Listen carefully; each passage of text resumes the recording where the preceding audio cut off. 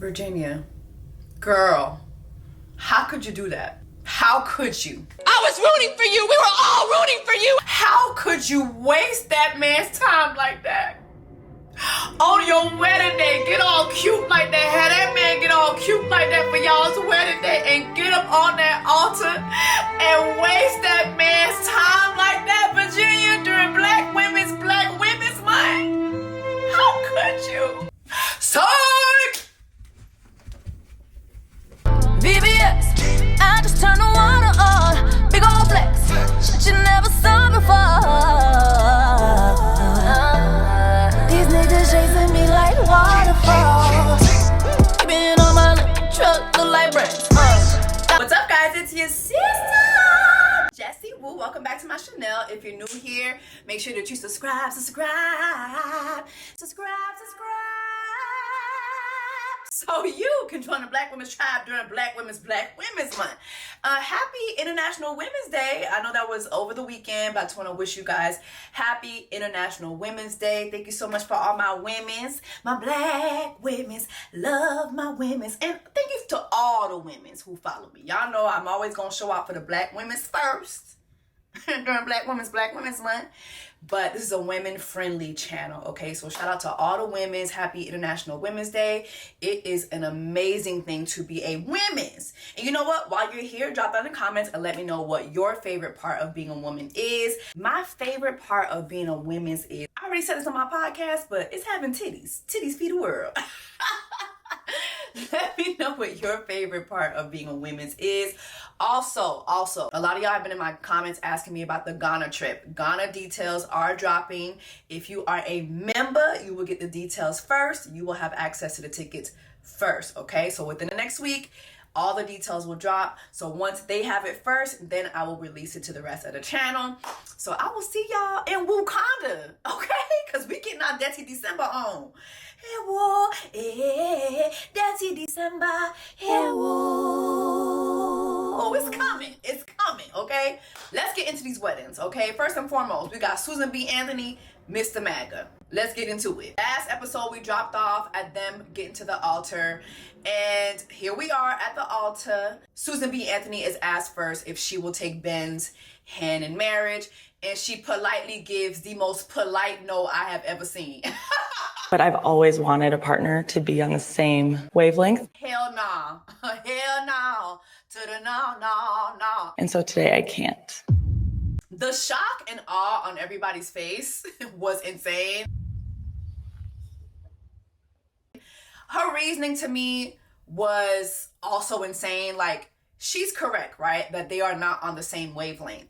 But as I've been saying in every video for this season, Susan B. Anthony, you knew that. You knew that from the pods, okay? After she tells him hell nah, he then says this. I love you so much, and I know I want to stay with you and keep growing our relationship if you'll let me. And she's like, we'll see. Not we'll see. I am so sorry. This is the most fucked up. Susan B. Anthony, you ate this. You ate this up. I'm sorry. You ain't have to do that man like that, but you ate. Then it was her walking down the aisle saying, I'm fine. Y'all come see me in the back. Come see me in the back. I'm fine. Are you okay? Okay. I'm okay. See me in the back. And then she leaves the church. Get me the fuck out of here. Get me out of here. I'm good. I'm fine. Get me out of here. Like, girl. I'm sorry. Susan B. Anthony ate, okay? But again, my gripe with her is that she knew this from the pods. So I just don't understand why she ever accepted that man's proposal. Then we get into the limo and she's there with her mom and her sister. Her mom is like, girl, what the hell going on? Her sister already knew what the vibes was. But basically she tells him, listen, I asked him in the pods about BLM. Like, I asked him about, like, Black Lives Matter. And when I asked him about it, he was like, I guess I've never really thought too much about it. And he had no thoughts on that. This man didn't vote. I asked him about the vaccine. This man didn't have any thoughts on so many different things, right? I brought up all these things. At least, like, have the conversation. There was no, like, curiosity coming from his side. And when she says that they would talk and he just would not have much of an opinion, it kind of made me think about the last episode before the wedding, where they were having the camp dinner, right? And, you know, she's on her LGBTQ crusade. And she's talking. And then she asked him, do you have any questions for me? And he was like, yeah, nah, I don't got no questions for you. And then he proceeded to fart on that lady. Like, it just was like, it just took me back there. And I just realized, yeah, we never saw Ben ask her anything. Like, never asked her anything about anything. He had no thoughts. He didn't really care about her thoughts, to be honest. I think that they both saw each other. They loved how each other looked. And that was it. I think Susan B. Anthony was having a fight between her coochie and her mind. And thank God her mind won, because Ben just was not it. He was not it. And Ben is so out of touch, because then you see him with his boys and he's like, you know, I thought we were on the same page. They're going to get married. I had thought we were on the same page. You don't know until you're at the altar. Is the same page in the room with us? What page was it, Ben? Let me know your thoughts on Susan B. Anthony and Ben. I think she ate that, but I feel like a lot of people who did not watch the show are like, oh my gosh, she ate a white woman standing up for black causes. And it's like, while I love that she didn't get married to the man, I do think that Susan B. Anthony was performative. It just was performative to me, because it felt like if Ben would have just said, yes, I believe in LGBTQ. Yes, let's go to a church that you like. Yes, okay, black power. Like, I feel like if he would have said those things, she would have married him. And that's why I feel like it's performative. She wasn't really looking for action. Well, within the experiment, let's just say that.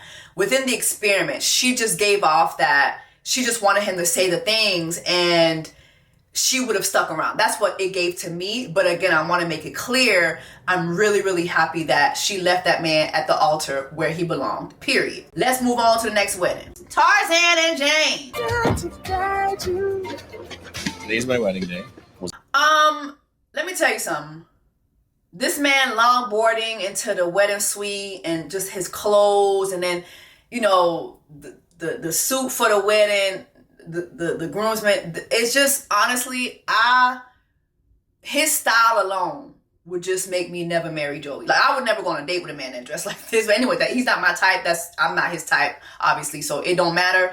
But I just found it very annoying that he couldn't leave his Surfing USA. Like, it's a time and a place, okay? Okay? We didn't need to go surfing USA. We don't need that on your wedding day, okay? It's a time and a place for every damn thing. Don't be showing up to my wedding looking like you about to ride somebody's waves, okay? I need you to ride this altar, all right? Ride this altar and have some wedding gear on. What the fuck are these flowers and these Bermuda Triangle shirts y'all got on? No more. That one was good. Please, please, please, please, okay? Please, please, please, please. Anyway, his boys were talking to him about Monica, and, you know, they were just asking him where he's at. They felt like, you know, this experiment kind of made him better in their eyes when it comes to relationships. And he agreed. But then, like, in his confessional, he did bring up Monica's sister. Okay, he was like, Jane's sister ain't shit. Her parents are incredible, but her sister was just not so welcoming. The sister was very off-putting. And then when you go to her suite, her sister was still dragging the man, talking about some, oh, well, you know, when you was back in high school, you was making, you know, weird decisions in high school. But I think back in high school, it's like you brought some questionable people over. Okay, it's high school, okay? Why are we bringing up decisions that were made in high school? We are in our 30s now. Like, what are we talking about, sis? Like, be for real. Jane, your sister sucks. Your sister sucks, and y'all need therapy, okay? She's very jealous of you, and y'all got to handle that. It just was weird. It's weird vibes. Back in the suite with the guys, and they're huddled up, and, you know, oh my God, the groomsmen, the gear was just hideous. It wasn't hideous to y'all? And this little huddle that they did.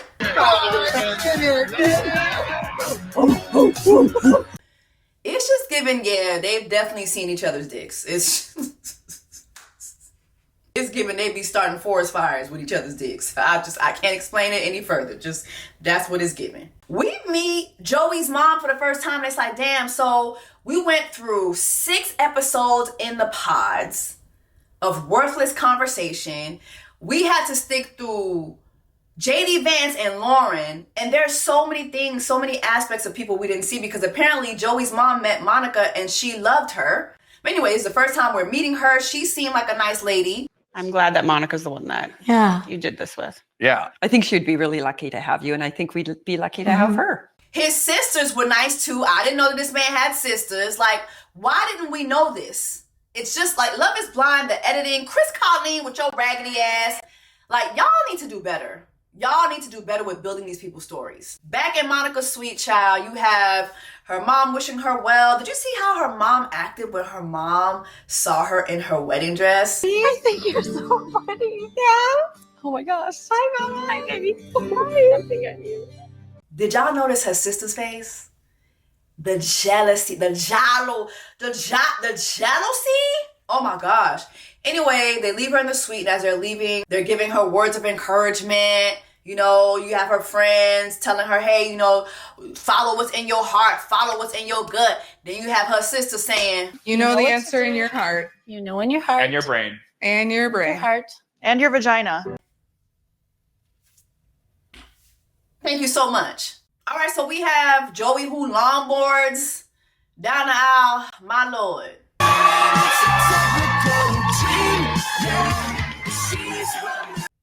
What in the Beach Boys is this? Then you got Monica who walks down the aisle. She cute or whatever. They get up there and Monica says no. I don't right now. And you know what? What did you guys think about Monica's decision? I felt her decision. I mean, we saw her in the suites where she was kind of crying about the fact that she doesn't know if he's 100%. And we heard her say that before. And so it just felt like, yeah, I felt like she made the right decision. Then you see him follow up with it and he's like, I agree. I don't think I would be ready. I need to be 100%. They're both on the same page. They're both saying that they were not 100% with each other. And so I love the fact that they ended it on a very positive note. They hugged each other. Another hug. You know, like it was really nice. And then there's this moment with Joey where, you know, he dedicates this day to his dead sister who we never found out about. To cherish every moment and every little good thing. I guess Love is Blind was like, listen, we had Tim be obsessed with his dead sister last season. We're not going to do that this season. But it just felt like this was a more healthier relationship with his sister that had moved on to the crossroads. I wish we would have gotten to see that side of Joey.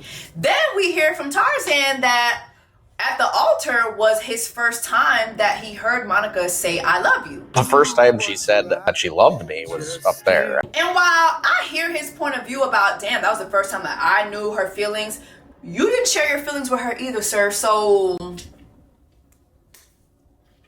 hello? Is anybody out there? Okay. But anyway, let me know what you guys think about Joey and Monica, Tarzan and Jane. Did you guys think that they were going to end up married? I remember saying, like, I would be shocked if they didn't get married, but it wasn't until they was at the conservation thing. Conservatory. Conversatory. Conservatory. Converses. Miss Jarvis, you know they was conservative. Okay, they was so at that if thing you don't know, conservative. okay, I don't know what the fuck okay.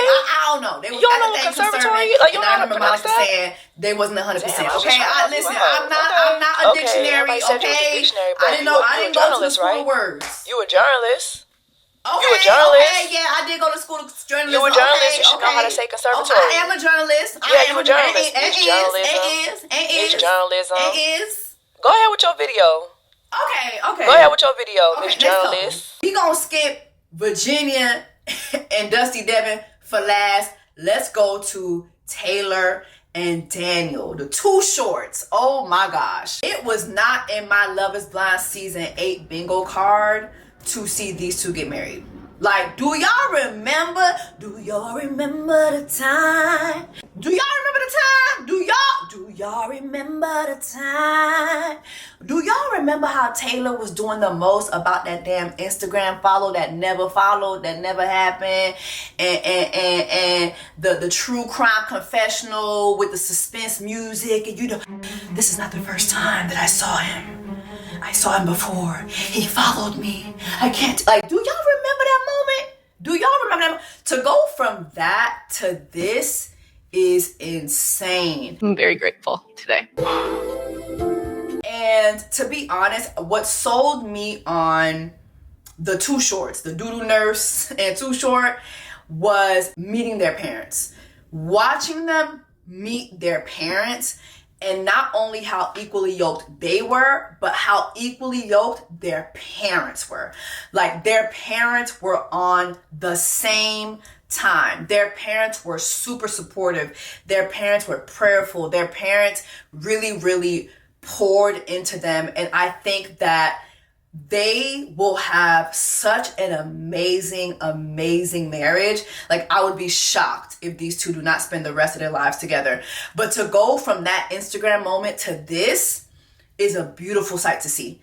And for them to be the only couple to get married this season, again, like, I'm shocked. I am shocked. When I tell you I'm shocked that they made it, I'm shocked. But honestly, there are two people who did the work, and when you look back on their experience on the show, they really, really did the work. And I'm so happy that Taylor let all that Instagram shit go, because even if he did follow you, girl, y'all never spoke to each other, y'all never had any interactions, so it really don't matter. Like, it just don't matter. Imagine missing out on your husband because of an Instagram follow that didn't even happen. Or Instagram follow that did happen and nothing happened as a result of the follow. Like, imagine losing out on your husband for something so minuscule. Like, my goodness, I'm so happy that they pushed past all that. Daniel's sister singing him down the aisle. Wise men say,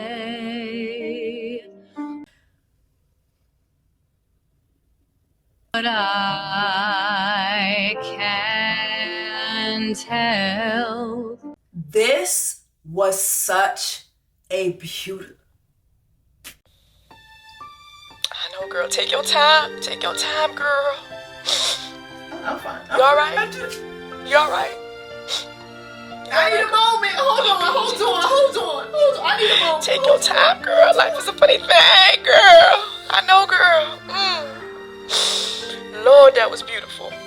Okay, I'm good. Her singing him down the aisle, and then bridesmaids, groomsmen. I have never seen that on Love Is Blind. Is that the first time? I don't remember ever seeing groomsmen and bridesmaids. These two knew they were getting married. They knew they were getting married, okay? Like, they for sure were committed to this. And then his sister's still singing, and you have Taylor, the doodoo nurse, walking down the aisle. It just was beautiful. It was a sight to see. Take my hand. Then you get up to the altar, and Daniel reads his vow. Daniel was the only man this season to write his vows. It's crazy to think that just 5 weeks ago to the day, I was getting on a knee after our first date. That was something else I noticed. I felt like everybody's vows were crusty to me. It just was a bunch of, thank you so much for doing this experiment with me, and I can't see myself. No, write your vows down.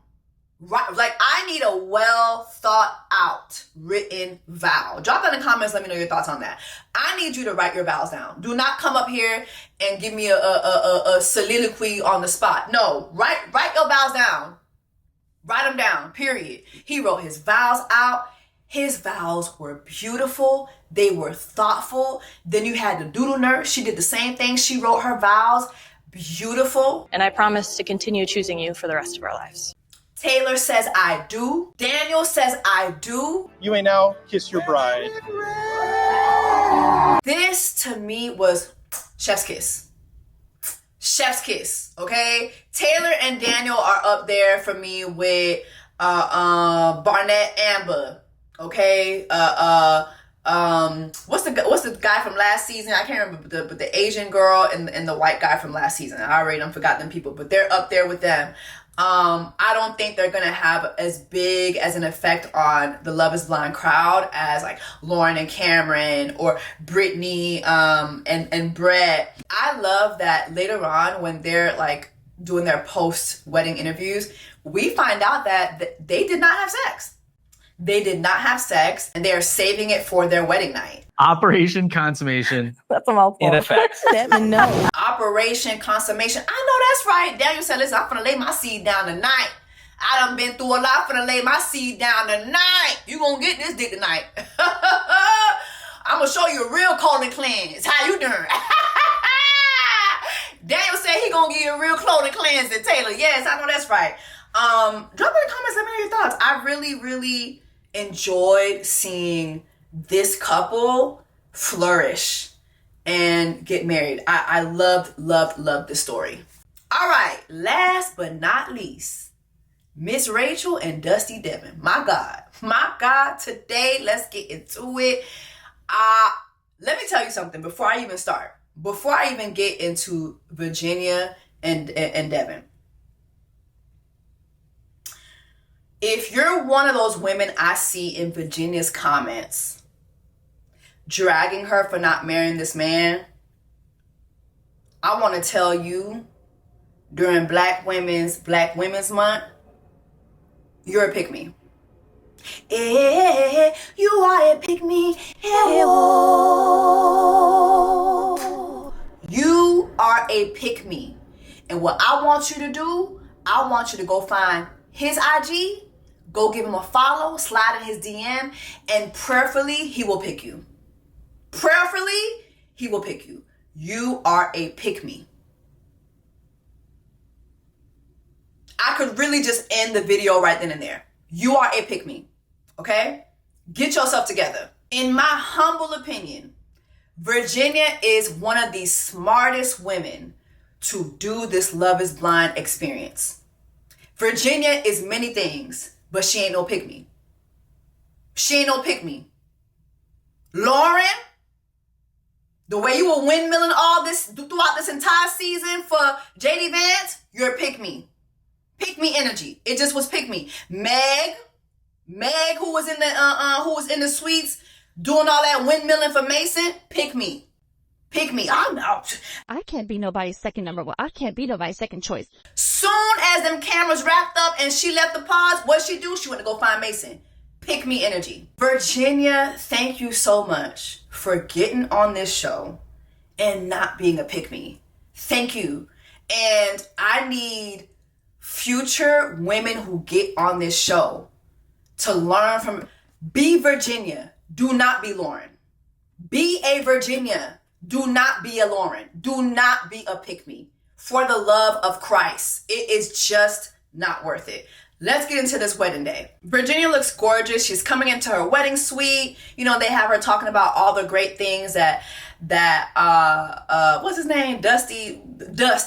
All the great things that Dusty Devon is. You know, she talks about how nice he is. And then you go into his suite and he's talking about how much she's the love of his life and that he's excited to marry her today. But one thing about Love is Blind and Chris Colleen's raggedy ass is they're gonna do a little foreshadowing. Like, they're gonna give you certain clues about how things might go, right? And when they did the flashback to the conversation about politics, you're voting and things like that, do you try to align it to like your faith as well, or? Yeah.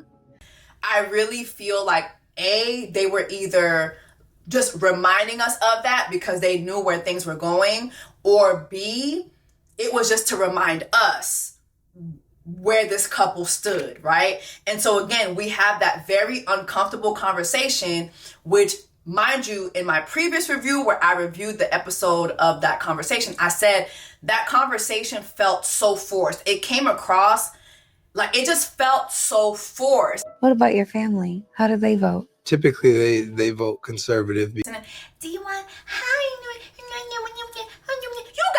got Virginia getting her Miss Rachel on.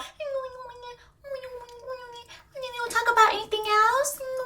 Politics? Hello. It was giving forced. And you never saw Devon flat out say, I believe in women's rights. I believe that you have the right to do what you would like to do with your body. Your decision. It's your decision. Yes, I want to support you. Of course, I would want to chime in. And he says it a different way. He says, as your husband, or I'm paraphrasing, but he never makes it clear that he believes that it is her choice, her body, her choice. He never says that. And then I just felt like, he would do this thing when he would talk that I never really talked about, but he would, so are you voting by your faith? As your husband. And he just would talk like he just got shot and he's struggling to breathe. It just was so annoying how he would talk to her at times. It was just weird. But anyway, they flash back to that conversation, and I feel like then I'm reminded why I don't fuck with this man, because he is MAGA. It was one thing for you to be a bi-Rachel, and not that I have anything against bi-Rachels, and bi-Rachels are bi-Rachels who have white mamas. But remember too, I did not like that conversation that his bi-Rachel mother and his brother-in-law were leading when it came to Virginia. They were vetting Virginia as if they were looking for somebody to take care of their son instead of the other way around. Your son is a man. Your son is a man. Your son is looking for a wife. The Bible says, the Bible says he who finds a wife finds a good thing.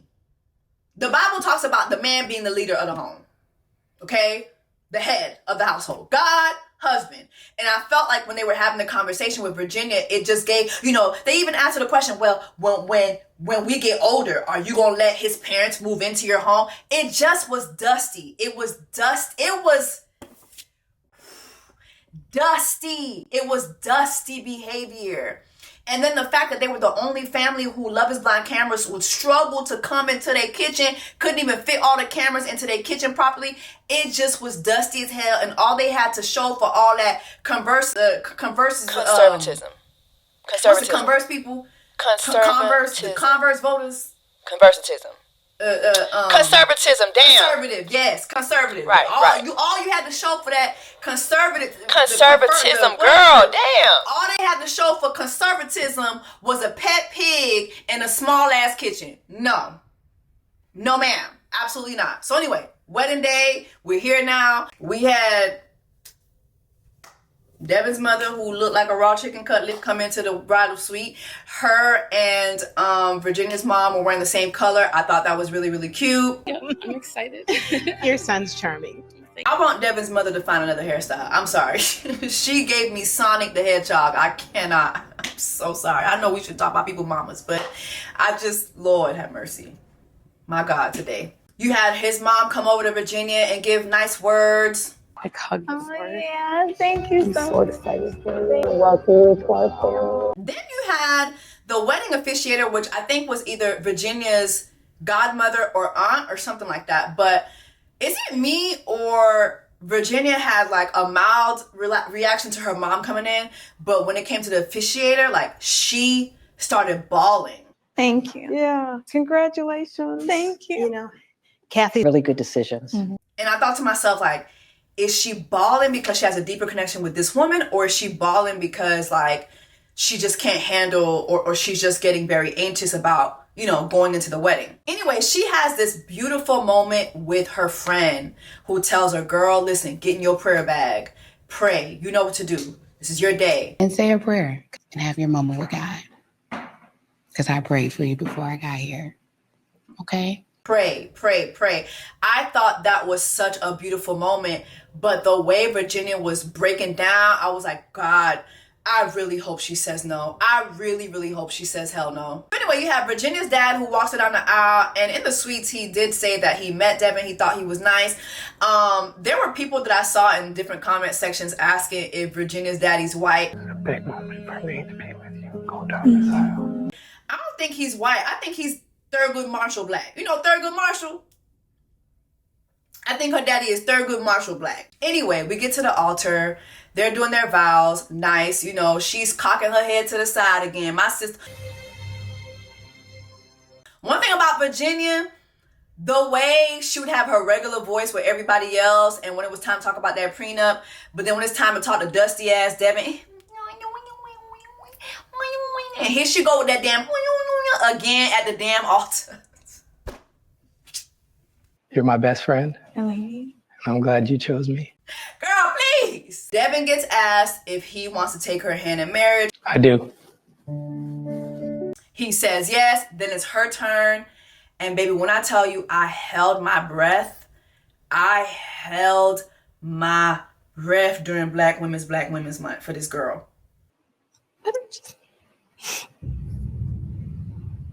What? When she said no, I screamed. Like, I literally screamed. Literally. Babe! Are you recording? Yes. I just wanted you to say something real quick. Babe, what was my reaction to Virginia saying no? What was my reaction? First of all. Babe, you know what? Sit down. You can sit down. You so tall, they still gonna see. Okay, yeah. So she dozed off. Well, I keep saying she dozed off. I dozed off. Mm-hmm. And when I woke up to screaming. She was screaming in front of the TV. I was troubled because that's not the way I want to wake up. But she celebrated. She celebrated. Bruh, what did I do? Yes! Yes, girl. It was bad.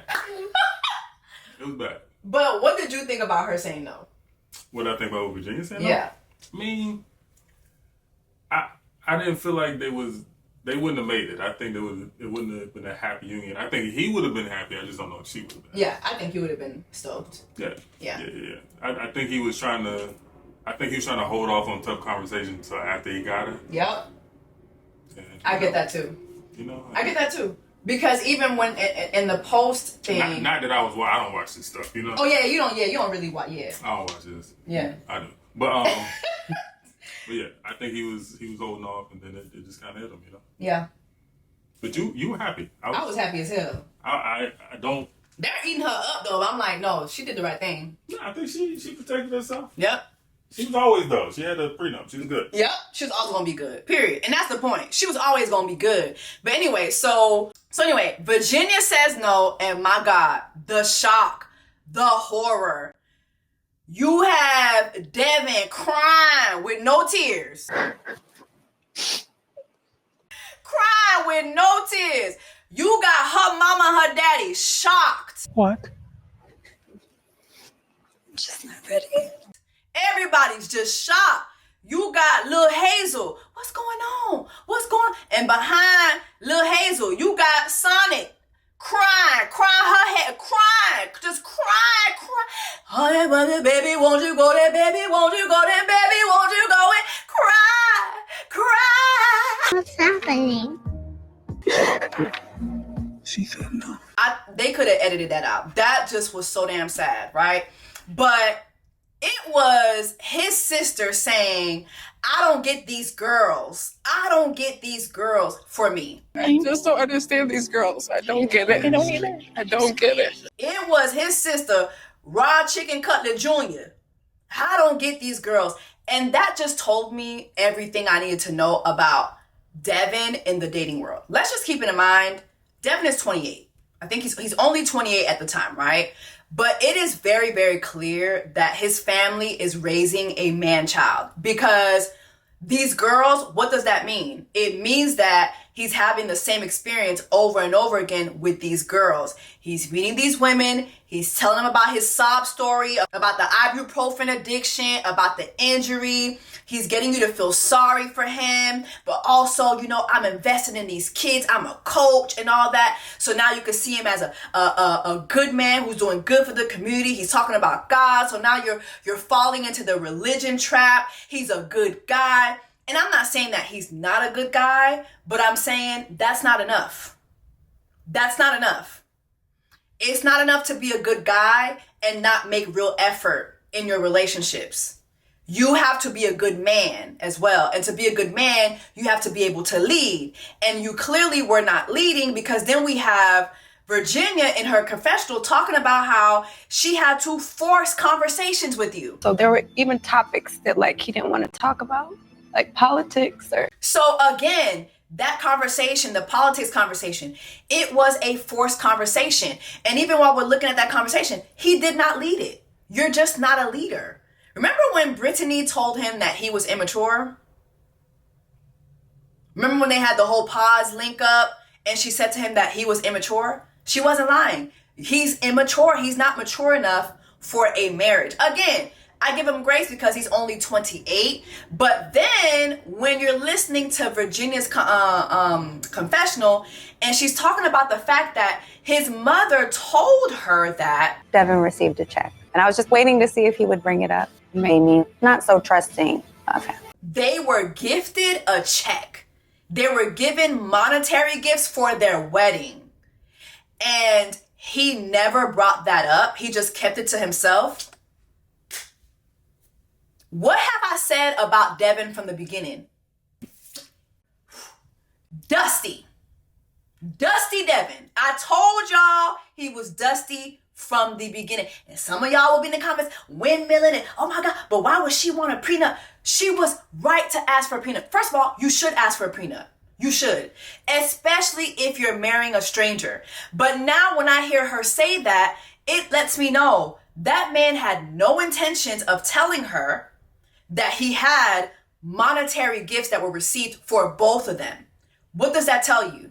That's a man who is going to bleed that girl dry. Because even with the prenup, remember what she said is that she's willing to pay down his debt. She's willing to be a partner. She's willing to make this a partnership, right? So within their marriage, he was going to bleed her dry. He was going to bleed her dry. He was not going to be looking out for her financially. Remember, back at the ranch that they lived at with the pet pig, with his parents and his family, Are you going to take care of us when we get old? When his parents get old, are you going to let them move into your house? They were looking for her to not only take care of him, but to take care of them. Virginia was going to be taking care of him and his family. Okay? That was going to be her reality. And then I've seen people in the comments, oh, but it was the wedding day. What if he didn't have enough time to tell her? That shit did not happen on the wedding day. That did not happen on the wedding day. She specifically said he never brought it up, which should tell you that he had time. And even if it did happen on the wedding day, the fact that his mother came and told her, what does that tell me? It tells me the mother came to her and like, listen, like, don't worry, like we got people that could give us money. Like, the mother was worried. The mother was worried because she knows that Dusty Devon ain't got it. So the mother was trying to step up and be like, oh, well, you know, we got people over here that got this. We got people. That wasn't even the mother's place, to be honest. Devon should have shared that with her. And then we find out, well, this wasn't on the show, but I went on Instagram and I found this. Her best friend posted this in her Insta stories. That basically, while in the experiment, every time they went out to eat, it was Virginia paying for the meals. So imagine you just spent this entire experiment, right, with this woman paying for your meals, and then you go out of your way to hide that you got a monetary gift for your wedding, for both of you. Brokey. Dusty Devon, Dust. She did the right thing. Virginia did the right thing. And I've seen people say, oh, well, why would she waste her time and go all the way to the altar? That is the gist of this show. Okay? That is the gist of this show. That's the setup of this show. I remember some people saying the same thing about like people like Clay. Well, why would you go all the way to the altar? One thing about Clay kept telling AD, I don't want to get married. She still moved forward. You got to give Clay that. He told her several times, don't want to get married. She still moved forward. Okay? And so in this case, I think that when I even look at all the couples, Mr. Issa said this to me too. I think production was like, listen, for this season, y'all need to see it through. We have to see it through at the altar. And I feel like for once, they all did it right.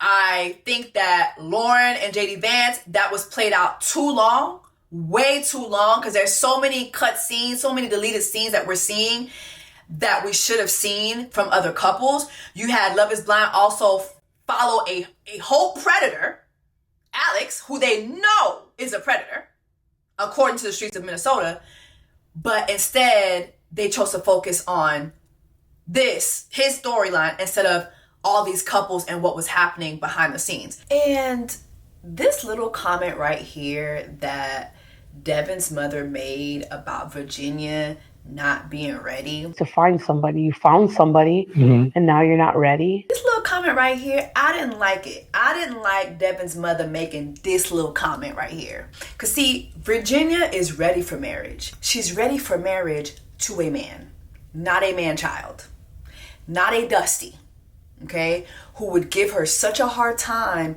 about a prenup. Mind you, she is a whole stranger. How do you give someone so much trouble over a prenup just to turn around and hide money from them?